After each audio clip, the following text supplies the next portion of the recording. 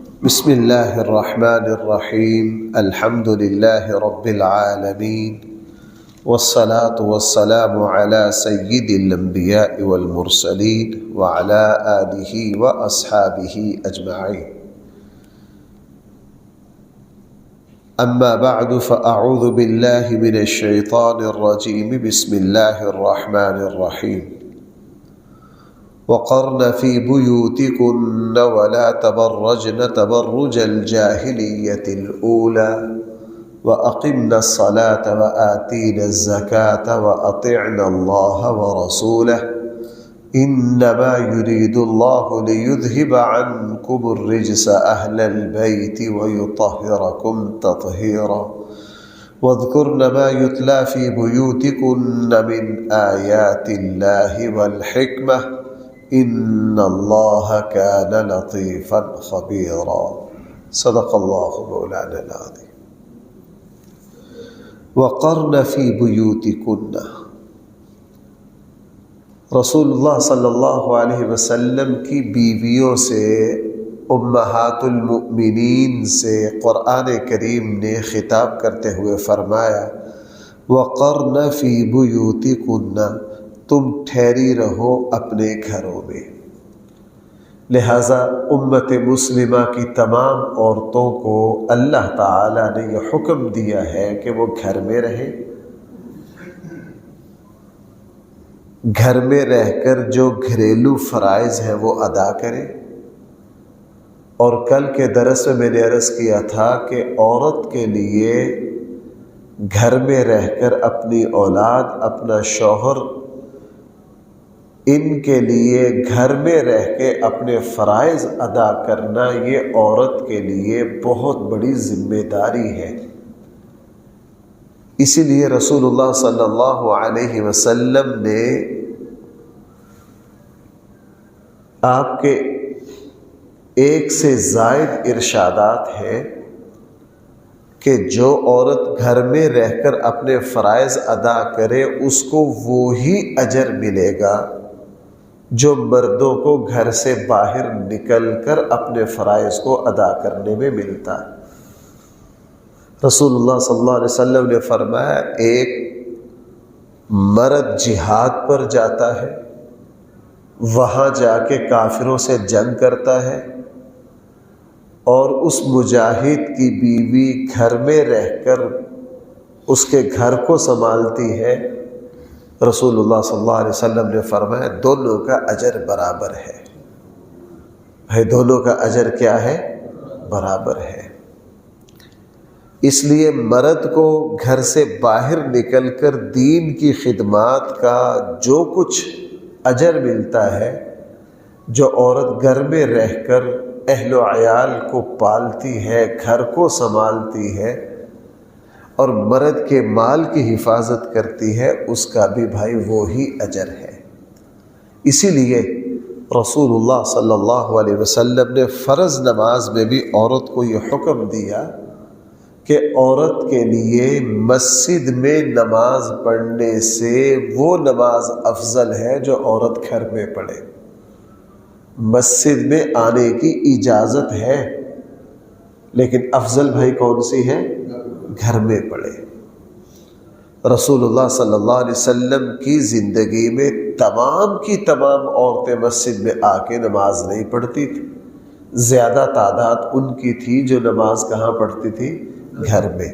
ہاں، عورت اگر پردہ کے ساتھ شرعی تقاضوں کے ساتھ مسجد میں آئے تو عورت کو مسجد میں نماز پڑھنے کی اجازت ہے، لیکن افضل یہ ہے کہ عورت بھائی کہاں نماز پڑھے؟ گھر میں پڑھے۔ جمعہ اور عیدین میں خواتین رسول اللہ صلی اللہ علیہ وسلم کی خدمت میں زیادہ حاضر ہو جاتی، چونکہ وہاں مقصد صرف نماز پڑھنا نہیں ہوتا تھا، وہاں مقصد علم حاصل کرنا بھی ہوتا تھا۔ بھائی وہاں مقصد صرف نماز پڑھنا نہیں، مقصد کیا ہے؟ ہاں، تربیت و اصلاح بھی۔ اس لیے جمعہ میں، عیدین میں زیادہ صحابیات اللہ کے نبی کی خدمت میں حاضر ہوتی، اور ہمیں بھی اس طرح کرنا چاہیے کہ جمعے میں اپنی خواتین کو لانا چاہیے، تاکہ جو جمعے کی واعظ و نصیحت ہے اس سے جہاں مردوں کی تربیت اور اصلاح ہوتی ہے، اس تربیت اور اصلاح کی ضرورت بھائی خواتین کو بھی ہے۔ بہرحال فرمایا وقرن فی بیوتکن، تم اپنے گھروں میں ٹھہری رہو، ولا تبرجن تبرج الجاہلیت الاولی، پہلی جاہلیت کی طرح اپنی زیب و زینت کو ظاہر نہ کرو۔ اگر گھر سے باہر نکلنا ہے پردے کے ساتھ، وقار کے ساتھ، زیادہ لمبا سفر ہے اپنے محرم کے ساتھ، زیور اور خوشبو نہ لگائی ہو، اور پورے پردے کے ساتھ عزت و وقار کے ساتھ گھر سے نکلو۔ وَأَقِمْنَا الصَّلَاةَ وَآتِينَا الزَّكَاةَ، اور نماز کو قائم کرو اور زکوٰۃ کو، عورتوں کو بھی خاص حکم ہے۔ پورے قرآن کریم میں بھائی کل کے درس میں یہ بات آئے گی، ان المسلمین والمسلمات میں قرآن کریم نے خطاب زیادہ تر بھائی کیا ہے مردوں کو، عورتیں بھی مردوں کے تحت داخل ہیں۔ یا ایھا الذین آمنوا، آمنوا اگرچہ مذکر کے صیغے ہیں لیکن بھائی اس میں عورتیں بھی شامل ہیں یا نہیں؟ پورے قرآن میں شامل ہے، لیکن بعض جگہ قرآن کریم نے عورت کو عزت اور مقام دینے کے لیے عورت کا الگ سے بھی تذکرہ کیا ہے، اور یہ بھی اسلام کی خصوصیت ہے۔ عورت کو جو عزت اور مقام اور مرتبہ عورت نے دی، اسلام نے دیا ہے عورت کو، اسلام کے علاوہ کسی اور دین میں، قرآن کریم کی 2 صورتیں ہیں جن کا نام ہی سورۃ النساء ہے، سورۃ النساء الکبریٰ اور سورۃ النساء الصغریٰ۔ سورۃ الطلاق جو ہے یہ سورۃ النساء الصغریٰ ہے، اور چوتھے پارے کے آخر سے جو سورت شروع ہو رہی ہے اس کو کہا جاتا ہے سورۃ النساء الکبریٰ۔ اس کے علاوہ قرآن کریم کی ایک سورت کا نام بھائی سورہ مریم ہے۔ بھائی کیا ہے سورہ مریم؟ کس کا نام ہے؟ ظاہر ہے عورت کا نام ہے مریم علیہ الصلاۃ والسلام۔ قرآن کریم میں تو عورتوں کے نام پر گویا کہ 3 صورتیں ہو گئی، اس لیے قرآن کریم نے عورت کو مقام اور مرتبہ بھی دیا۔ یہاں یا نساء النبی، یا نساء النبی عورتوں کو خطاب ہے۔ یہ جو الفاظ ہیں وَأَقِمْنَا الصَّلَاةَ، یہ عورت کے الفاظ ہیں۔ اے عورتوں، آپ اے رسول اللہ صلی اللہ علیہ وسلم کے ازواج، آپ نماز کو قائم کیجئے، زکوٰۃ کو ادا کیجئے، وَأَطِعْنَا اللَّهَ وَرَسُولَهُ، اللہ اور اس کے رسول کی اطاعت کیجئے۔ آگے جو الفاظ ہیں آیت کے یہ بہت اہم ہے، یہ ایک اہم مسئلہ ہے، ذرا پہلے اس کو سمجھ لیجئے پھر میں انشاءاللہ اس کی طرف آتا ہوں۔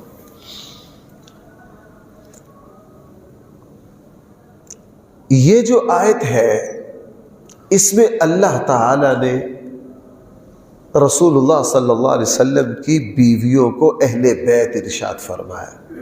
قرآن کریم نے حضور کی بیویوں کو کیا، ذرا الفاظ دیکھیے، فرمایا انما یرید اللہ، اس کے سوا نہیں اللہ چاہتے ہیں، لیذہب عنکم الرجس اہل البیت، کہ دور کر دے تم سے گندگی کو اے اہل بیت، ویطہرکم تطہیرا، اور تمہیں اچھی طرح پاک کر دے۔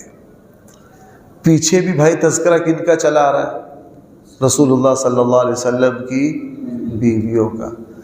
اس سے اگلی آیت وَاذْكُرْنَ مَا يُتْلَى، اس میں بھی تذکرہ کس کا ہے؟ رسول اللہ صلی اللہ علیہ وسلم کی بیویوں کا۔ سیاق و سباق جو ہے پورے رکوع میں جو گفتگو ہو رہی ہے وہ کس کے بارے میں ہو رہی ہے؟ نبی کریم صلی اللہ علیہ وسلم کی بیویاں اور آپ کی ازواج کے بارے میں۔ لہٰذا اہل قرآن کریم نے اہل بیت کس کو قرار دیا ہے؟ نبی کریم صلی اللہ علیہ وسلم کی بیویوں کو۔ اور میں نے جگہ جگہ جہاں بھی سورہ نمل کے شروع میں حضرت موسیٰ علیہ السلام کی بیوی کو ان کا اہل کہا، وہاں میں نے توجہ دلائی۔ 12ویں پارے میں حضرت سارہ علیہ الصلاۃ والسلام جس وقت حضرت ابراہیم کے پاس فرشتے اولاد کی خوشخبری لے کر آئے، وہ خوشخبری دی تو حضرت سارہ جو ہے، قرآن نے فرمایا حضرت ابراہیم کی بیوی کو تعجب ہوا، اس نے کہا ہم تو دونوں بوڑھے، ہمارے یہاں اولاد کیسے ہوگی؟ جب حضرت سارہ نے تعجب کیا تو قرآن نے فرمایا اتعجبین من امر اللہ رحمت اللہ وبرکاتہ علیکم اہل البیت۔ اتعجبین عورت کے الفاظ ہیں۔ حضرت سارہ سے کہا اے نبی کے اہل بیت، اے ابراہیم کے، تمہیں تعجب ہو رہا ہے؟ تمہاری توجہ اس طرف نہیں گئی کہ تمہارے اوپر اللہ کی رحمتیں اور برکتیں کتنی ہیں؟ تو حضرت سارہ کو رسول اللہ صلی اللہ علیہ حضرت سارہ کو حضرت ابراہیم کی کیا کہا؟ اہل بیت۔ اس لیے ہمارے اردو میں بھی جب گھر والے کا لفظ بولا جاتا ہے تو بھائی اس سے مراد کون ہوتی ہے؟ بیوی ہوتی ہے۔ ایسا نہیں کہ کوئی بندہ گھر والے کہے تو اس سے مراد بیٹی ہو یا اس سے مراد داماد ہو۔ قرآن کریم کی روح سے اہل بیت صرف اور صرف کون ہے؟ رسول اللہ صلی اللہ علیہ وسلم کی، اور نبی کریم صلی اللہ علیہ وسلم نے خود اہل بیت کا لفظ اپنی بیویوں کے بارے میں استعمال کیا۔ 2 حدیثیں لے لیجیے۔ جس وقت حضرت عائشہ صدیقہ رضی اللہ عنہا پر تہمت لگی تو رسول اللہ صلی اللہ علیہ وسلم نے خطبہ ارشاد فرمایا، اور اس میں عبداللہ ابن ابی کی طرف اشارہ کر کے فرمایا کہ اس شخص نے مجھے میرے اہل کے بارے میں، کس کے بارے میں؟ میرے اہل بیت اسی سے ہے نا، مجھے میرے اہل کے بارے میں تکلیف دی گئی ہے۔ اللہ کے نبی نے خود حضرت عائشہ کو کیا قرار دیا؟ اپنا اہل بیت۔ اور حضور کا ارشاد ہے کہ تم میں سے سب سے بہتر شخص وہ ہے جو اپنی بیوی کے لیے بہتر ہے، اور پھر آگے اہل کا لفظ استعمال فرمایا کہ تم سب میں اپنی بیویوں کے لیے کیا ہوں سب سے، وہاں بیوی کا لفظ استعمال نہیں کیا، اہل کا لفظ استعمال کیا۔ بھائی کس کا لفظ استعمال کیا؟ اب قرآن کریم کی یہ آیت بھی، قرآن کریم میں 12ویں پارے کی آیت بھی، قرآن کریم میں سورہ نمل کی آیت بھی، کتنی آیتیں ہو گئے بھائی؟ 3، اور رسول اللہ صلی اللہ علیہ وسلم کی 2 حدیثیں، یہ 5 کی 5 دلیلیں یہ بتا رہی ہیں کہ بیوی جو ہے وہ اہل بیت ہے۔ اب ہمارے یہاں یہ جب قرآن نے یہ فیصلہ فرما دیا، رسول اللہ صلی اللہ علیہ وسلم کو اللہ نے خاص اختیار دیا تھا، اللہ کے نبی صلی اللہ علیہ وسلم نے اپنا خصوصی اختیار استعمال کرتے ہوئے اپنی بیٹیوں کو اور اپنے دامادوں کو، اپنے نواسوں کو بھی اپنا اہل بیت قرار دیا۔ صحیح مسلم کی روایت ہے، رسول اللہ صلی اللہ علیہ وسلم، حضرت ام سلمہ فرماتی ہیں اللہ کے نبی ہمارے یہاں تشریف لائے، آپ کے پاس چادر تھی، آپ نے اپنی چادر کے نیچے حضرت علی، حضرت فاطمہ اور حضرت حسن اور حضرت حسین کو چادر کے نیچے داخل کر کے فرمایا کہ اے اللہ یہ میرے اہل بیت ہیں۔ یہ کیا ہے؟ میرے۔ تو قرآن کریم نے بیویوں کو اہل بیت قرار دیا۔ رسول اللہ صلی اللہ علیہ وسلم کی کئی احادیث میں بیویاں اہل بیت ہیں، اصل اہل بیت بیویاں ہیں۔ نمبر 2 پر رسول اللہ صلی اللہ علیہ وسلم نے اپنے اہل بیت میں اپنے داماد، اپنی بیٹی اور اپنے نواسوں کو بھی کیا کیا ہے؟ یہی اہل سنت والجماعت کا 1400 سالوں سے عقیدہ اور نظریہ ہے کہ رسول اللہ صلی اللہ علیہ وسلم کے اہل بیت میں حضور کی بیویاں، بیٹیاں، داماد، نواسے اور حضرت عباس کی اولاد حضرت علی، حضرت جعفر، حضرت عقیل، ان سب کی اولاد بھائی کیا ہے؟ اہل بیت ہے، اور ان سے محبت یہ کس کا حق ہے؟ رسول اللہ صلی اللہ علیہ وسلم کا حق ہے۔ بھائی میری اتنی بات سمجھ گئے آپ؟ اب اس سے اگلی سمجھیے۔ ہمارے یہاں ایک گمراہ فرقہ ہے، اس نے قرآن کریم کی ان ساری باتوں کو ماننے سے انکار کر دیا۔ وہ کہتے ہیں نہیں، اہل بیت صرف وہ پنج تن پاک، ان کا مشہور نعرہ ہے کہ اہل بیت جو ہے وہ صرف رسول اللہ صلی اللہ علیہ وسلم کے ایک داماد، باقی داماد نہیں۔ صرف کتنے داماد؟ حضور کے ویسے 3 داماد ہیں، ابو العاص بن ربیع اور حضرت عثمان غنی دوہرے داماد، اور حضرت علی۔ وہ ان 3 دامادوں میں سے 2 کو اہل بیت نہیں مانتے، وہ صرف ایک کو مانتے ہیں۔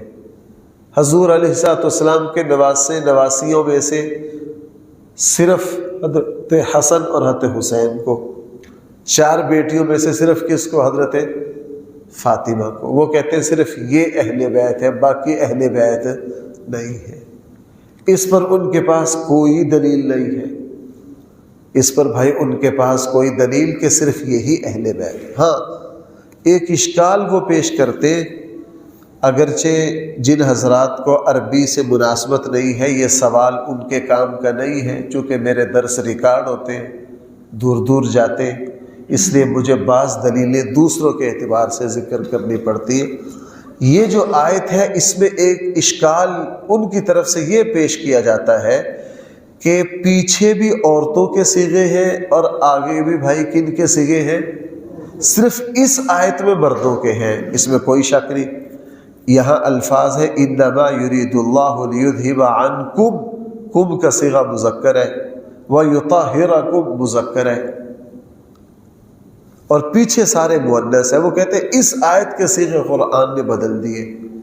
عورتوں کے لیے جب جمع کا لفظ بولا جاتا ہے تو اس وقت مذکر کا صیغہ بول دیا جاتا ہے، یہ خود قرآن میں ہے۔ جو آیت میں نے ابھی پیش کی، حضرت سارہ سے اللہ تعالیٰ بات کر رہے ہیں لیکن وہاں بھی مذکر کا صیغہ استعمال کیا، فرمایا اتعجبین من امر اللہ رحمت اللہ وبرکاتہ علیکم، وہاں بھی کم کا صیغہ استعمال کیا جو مذکر کے لیے ہے، لیکن مراد وہاں کون ہے؟ حضرت سارہ ہے۔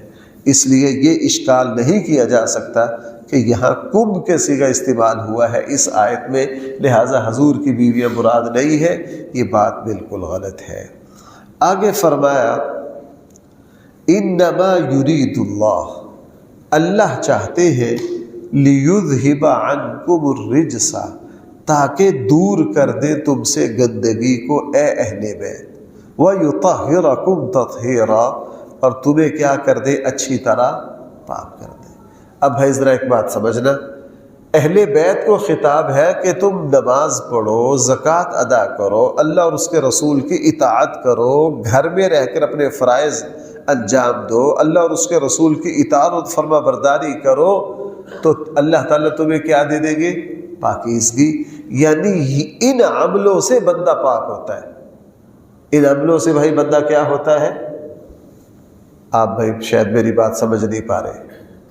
کس سے پاک ہوتا ہے؟ نماز سے۔ بندہ کس سے پاک ہوتا ہے؟ نماز پڑھنے سے۔ بندہ کس سے پاک ہوتا ہے؟ زکوٰۃ دینے سے۔ بندہ کس سے پاک ہوتا ہے؟ اللہ اور اس کے رسول کی اطاعت سے۔ بندہ کس سے پاک ہوتا ہے؟ قرآن جگہ جگہ کہہ رہا ہے۔ اب اس سے پتہ یہ چلا کہ یہی اسلام کے اعمال ہیں جو روحانی طور پر ایک مسلمان کو پاک کرتے ہیں۔ اگر کسی مسلمان کے پلے عمل نہیں ہے تو بھائی بغیر عمل کے وہ کبھی بھی اس کا تزکیہ اور اس کی پاکیزگی حاصل نہیں ہو سکتی۔ ایک شخص جو ہے وہ نماز نہیں پڑھتا، زکوٰۃ نہیں دیتا، اللہ اور اس کے رسول کی اطاعت نہیں کرتا، ہم اس کو کہتے ہیں جی یہ 5 دن پاک کے غلام ہیں، ان کو نماز کی ضرورت نہیں ہے۔ بہت سال پرانی بات ہے، میں ڈسکا میں ایک جگہ گیا تو وہاں ایک شاہ صاحب اور سید صاحب کا مجھ سے تعارف کروایا گیا کہ جی یہ سادات ہیں اور فلاں ہیں، اور مجھ سے تقریباً 5 فٹ دور تھے، بدبو مجھ تک آ رہی تھی، اور ہاتھ میں 4 موٹی موٹی انگوٹھیاں پہن رکھی ہیں، غسل کیے مجھے لگتا ہے کوئی 3-4۔ تو باتوں باتوں سے پتہ چلا کہ یہ سرکار نماز بھی نہیں پڑھتے، وضو کا بھی نہیں پتہ ہے، کبھی مسجد بھی نہیں گئے۔ فخر سے بتایا کہ 20 سال سے انہوں نے جمعہ نہیں پڑھا، 20 سال سے انہوں نے۔ اور نبی کی بیویوں کو جن کے گھروں میں وحی آتی ہے، قرآن اترتا ہے، قرآن کہہ رہا ہے تم نماز پڑھو، زکوٰۃ دو، اللہ اور اس کے رسول کی اطاعت کرو، تاکہ اللہ تمہیں کیا کر دے؟ پاک کر دے، اللہ تمہیں پاک کر دے۔ اس لیے اور ایسے لوگ اس معاشرے میں شہرت کس طرح پا گئے؟ یہ مسلمانوں کی جہالت کی وجہ سے پا گئے۔ کس کی وجہ سے؟ مسلمانوں کی جہالت کی وجہ سے پا گئے۔ اگر مسلمانوں میں شعور ہوتا، اللہ معاف فرمائے، مرزا قادیانی کو نبی تو دور کی بات ہے، شریف بندہ بھی ثابت نہیں کیا جا سکتا، لیکن چل رہا ہے۔ اس کے ماننے والوں کی بہت بڑی تعداد ہے، اس کے ماننے والوں کی کیا ہے؟ بہت بڑی تعداد ہے۔ یہ نہیں کہ اس کے پاس دجل اور فریب پر مشتمل دلیلیں تھیں، نہیں، مسلمانوں نے غیرت کا مظاہرہ کم کیا۔ مسلمانوں نے غیرت کا مظاہرہ ہمارے ڈسکا میں نہیں، اور یہ ہوتا رہا۔ یہ تو اب جا کے تھوڑا بہت لوگوں کو شعور آیا۔ ان لوگوں کے ساتھ اپنے لوگوں کا پرانے ڈسکا میں شادیوں میں آنا جانا اٹھنا بیٹھنا ظفر اللہ فیملی کے ساتھ سب کا تھا کہ نہیں؟ بالکل تھا۔ بہرحال تو آپ یہاں دیکھیے قرآن کریم نے اتنے سارے اعمال کر کے بتایا، وَيُطَهِّرَكُمْ تَطْهِيرًا، تم ان باتوں پر عمل کرو، اللہ تمہیں کیا کر دیں گے؟ ہمارے یہاں بچوں کو ایک چھوٹی سی حدیث کی کتاب پڑھائی جاتی ہے، زاد الطالبین۔ ایک دو دن پہلے ہم اس میں حدیث پڑھ رہے تھے، رسول اللہ صلی اللہ علیہ وسلم نے ارشاد فرمایا، جس شخص کو اس کا عمل پیچھے چھوڑ دے، اس کو اس کا نسب آگے بڑھا نہیں سکتا۔ جس بندے کو اس کے عمل نے گرا دیا، جو بندہ بد عمل ہے، نسب کی وجہ سے اس کو کسی طرح کی کوئی فضیلت حاصل۔ اور یہ بات ائمہ اہل بیت، حضرت امام ضیاء العابدین، امام جعفر صادق، ان بڑی بڑی ہستیوں کے ملفوظات میں یہ بات ہے۔ ان کے ملفوظات میں امام ضیاء العابدین یہ فرمایا کرتے تھے کہ جس انسان کے پلے عمل نہیں ہے، اس کا نسب اس کو کوئی فائدہ نہیں دے سکتا۔ یہی سے تو غلطی لگی۔ یہ بڑے بڑے پیر جو ہیں، ان کے بیٹے فاسق و فاجر ہیں، لیکن مریدوں نے کہا نہیں جی، ساڑھے پیر دا پتر ہے، یہ کیا ہے؟ ہمارے پیر کا بیٹا ہے۔